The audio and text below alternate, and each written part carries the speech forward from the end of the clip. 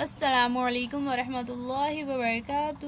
بچوں، آج ہم پڑھیں گے مضمون اردو سبق نمبر 6 بہت خوب۔ یہ ایک کہانی ہے بچوں، تو چلیے ہم اس کہانی کو پڑھتے ہیں۔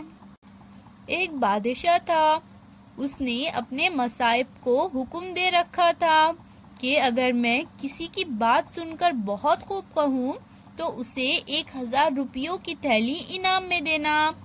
مصاحب یعنی کیا بچوں؟ جو بادشاہ کے ساتھ رہتے ہیں انہیں مصاحب کہتے ہیں۔ تو بادشاہ نے اپنے مصاحب سے کہہ رکھا تھا، کیا کہا تھا کہ اگر وہ کسی کی بات سن کر بہت خوب کہے تو اسے 1000 روپیوں کی تھیلی انعام میں دینا ہے۔ ایک دفعہ بادشاہ اپنے سپاہیوں کے ساتھ شکار کو جا رہا تھا۔ راستے میں اس نے ایک بوڑھے باغبان کو دیکھا جو اپنی زمین میں پودے لگا رہا تھا۔ اسے پودے لگاتا دیکھ بادشاہ نے ایک مصاحب سے کہا، دیکھو تو یہ باغبان کتنا بوڑھا ہو گیا ہے، لیکن اب بھی اسے کمانے کی فکر ہے۔ یہ پودے برسوں میں درخت بنیں گے، تب ان پر پھل آئیں گے، کیا وہ ان کے پھل کھانے تک زندہ رہیں گا؟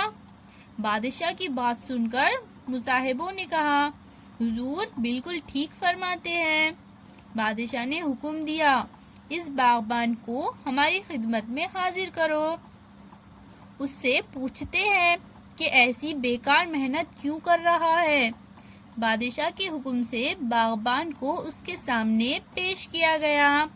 بادشاہ نے اس سے پوچھا، بڑے میاں تمہاری عمر کیا ہے؟ حضور میری عمر 84 سال ہے۔ تمہارا کیا اندازہ ہے کتنے دن اور جیو گے؟ حضور کچھ نہیں کہا جا سکتا، موت کا وقت کوئی نہیں جانتا، ویسے میرا اندازہ ہے کہ زیادہ سے زیادہ 2-4 سال اور زندہ رہوں گا۔ اور تمہارے ان پودوں میں پھل کتنے دنوں میں آئیں گے؟ ان پودوں میں 10 سال کے بعد پھل آ سکیں گے۔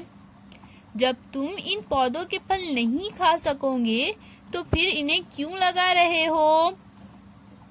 حضور اللہ کسی کی محنت بیکار نہیں کرتا۔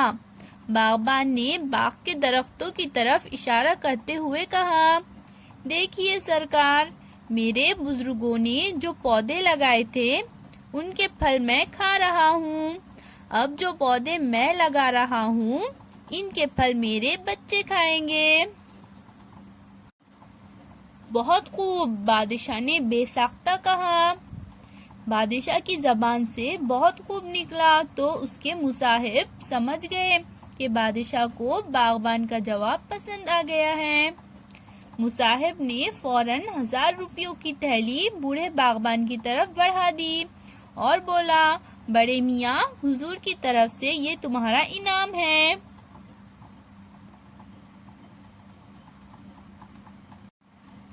بوڑھے باغبان نے 1000 کی تھیلی لیتے ہوئے ادب سے جھک کر کہا، حضور میرے لگائے ہوئے یہ پودے تو 10-12 سال میں پھل دیں گے، لیکن مجھے تو آج ہی ان کا پھل مل گیا۔ بہت خوب، بادشاہ کو باغبان کا یہ جواب بھی پسند آیا۔ مصاحب نے اسے ایک اور تھیلی انعام میں دی۔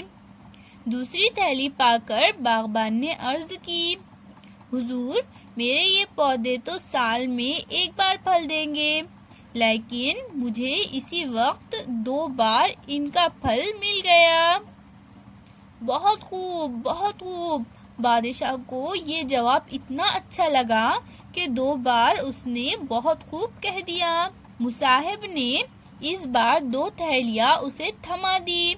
بوڑھے نے سر جھکا کر وہ تھیلیاں بھی لے لی اور بولا، حضور میں نے اپنے بزرگوں سے سنا تھا کہ جس ملک کا بادشاہ رعایا پر مہربان ہوتا ہے تو اس کا پورا ملک خوشحال ہو جاتا ہے۔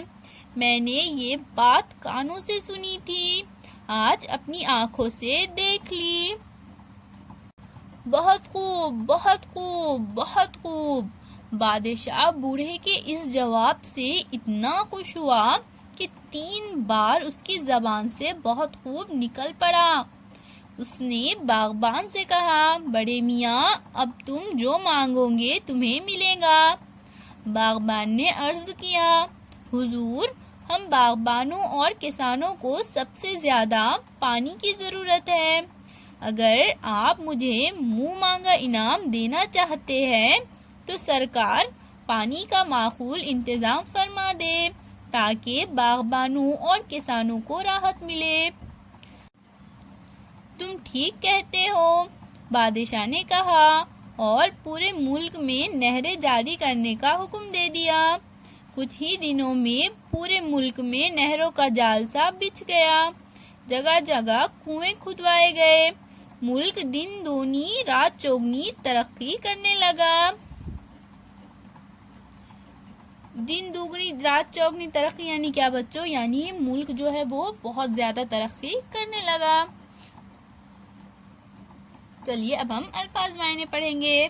مصاحب یعنی بادشاہ کے ساتھ رہنے والا، بے ساختہ یعنی فوراً، باغبان یعنی پھلوں کی کاشت کرنے والا، دن دگنی رات چوگنی ترقی کرنا یعنی بہت ترقی کرنا۔